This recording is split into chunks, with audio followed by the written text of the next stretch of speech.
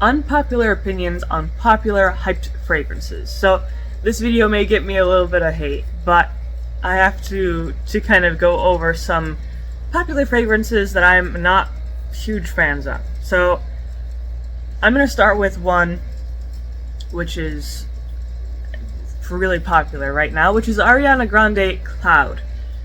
I think everyone's heard about this one by now.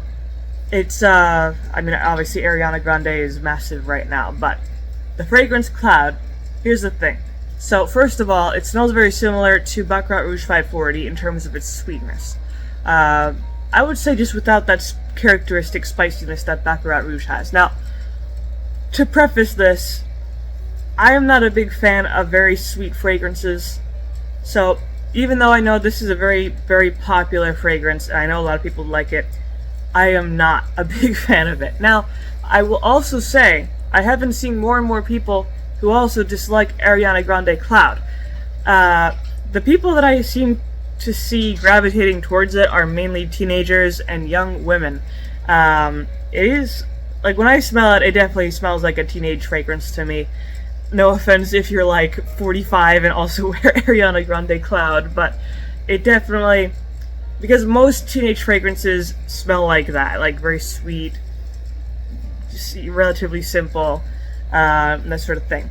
So, I personally am not a big fan of Ariana Grande Cloud. I think it's really catering to what's considered popular in the fragrance industry these days, which, for women, which is extremely, extremely sweet fragrances, like hyper feminine, in a very traditional way, just that pure sweetness, like sugar. And I'm just not into that, not very much. Now, since I did say that this is similar to Baccarat Rouge 540, my next one here is Baccarat Rouge 540. Now, I will say, I do like Baccarat Rouge to a certain extent. Sometimes I will wear it, usually if it's very cold outside, because it's more of a cold weather fragrance, but okay, so there are several qualms that I have with Baccarat Rouge. First of all, it's really, really expensive. Like, a lot of the bottles are at least $300. Another qualm, it is very, very sweet in a strange way. Not so much in the way, well, because there's no notes of praline, there's no notes of caramel, or, things like that you would expect.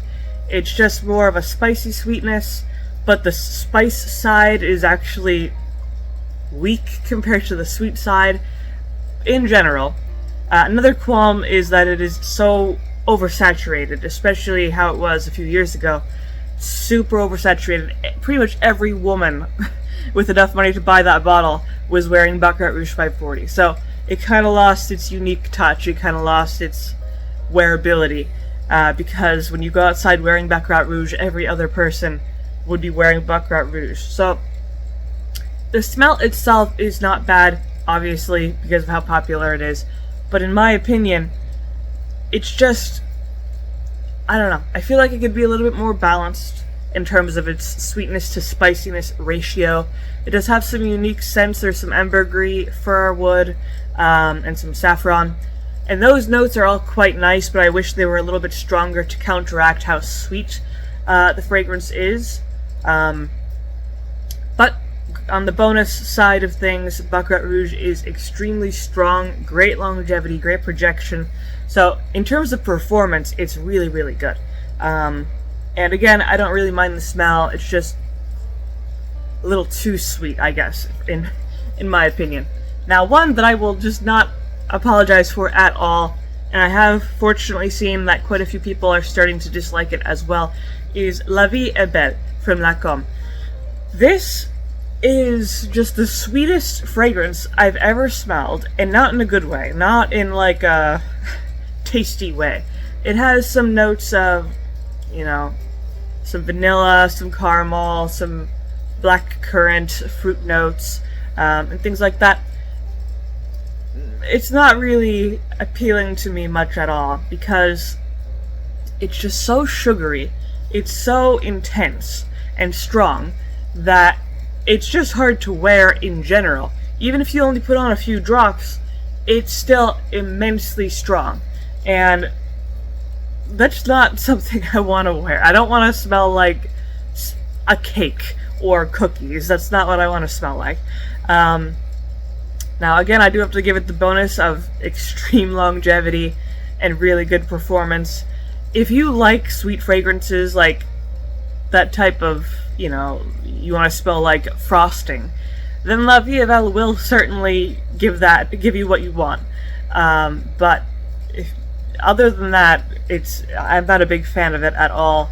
And like I said, I have seen quite a few people who, have the same qualm about it. It's just way too sweet. Like, there are well-made sweet fragrances, but I would not say that La Vie Est Belle is one of them. It's just overboard on all accounts. Now, in the same vein, I will say, for another fragrance, is Angel from Mugler. So, again, it's one of those supremely sweet fragrances. It has way more notes, actually, than La Vie Est Belle, but it still has the same kind of sweet category, in terms of you have the ripe fruit notes, you have more of the dessert, like sugar and vanilla and caramel sort of stuff, and then some florals. But, again, it's the same problem with La Vie Est Belle. It is too sweet and too strong. Maybe if its strength was toned down a little bit, it would be more tolerable. But because it's so intense, it's like a 12-hour fragrance, you're just going to get blasted with this pure sugar note. And again, unless you really, really enjoy extremely sweet fragrances, I don't see who would like this. At least I don't care for it. It is just too intense. Now, I will say, another one that I'm not a big fan of, but I don't hate quite as much as Angel or La Vie Est Belle, is Very Good Girl from Carolina Herrera. So, this is also very sweet, but not quite as crazy. It's more of a ripe fruit type of fragrance. And the ripe fruit notes alone aren't bad. They're kind of nice. But, there's also some rose, there's some vanilla. It is more balanced than some of the, like La Vie Est Belle, for example, or Angel. But I will still say, it is really intense with its sweetness. And I would say this is actually a pretty good fragrance overall. It's more balanced in terms of the longevity and the performance and how it smells. But again, it's still catering to that kind of general, not very creative aspect of the fragrance industry for women, which is just going full sweetness all the time. No, there's no other options.